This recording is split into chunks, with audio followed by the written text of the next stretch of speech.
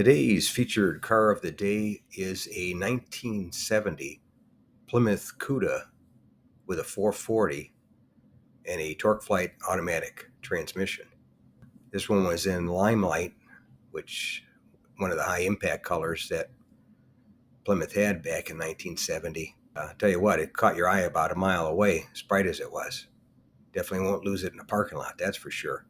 It had the automatic transmission, the bucket seats with a console, had the chrome exhaust tips, a vinyl top, a few other things that I probably missed.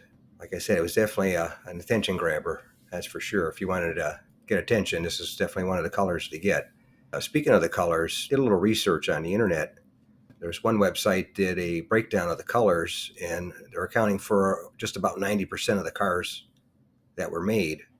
And of all the Barracudas and Cudas, they're saying approximately 5% were Limelight, which would be about 2,547 vehicles.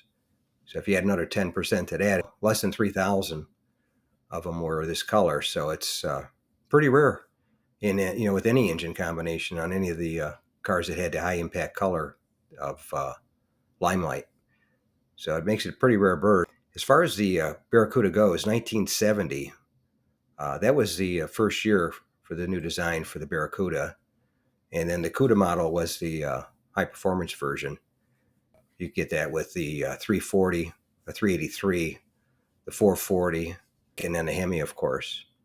As far as production numbers go, they didn't make too many of them. And as usual with numbers and percentages and all that jazz, don't get too wired up. It's just all what the experts said on the internet and some other numbers that I found on there. So none of them are cast in stone.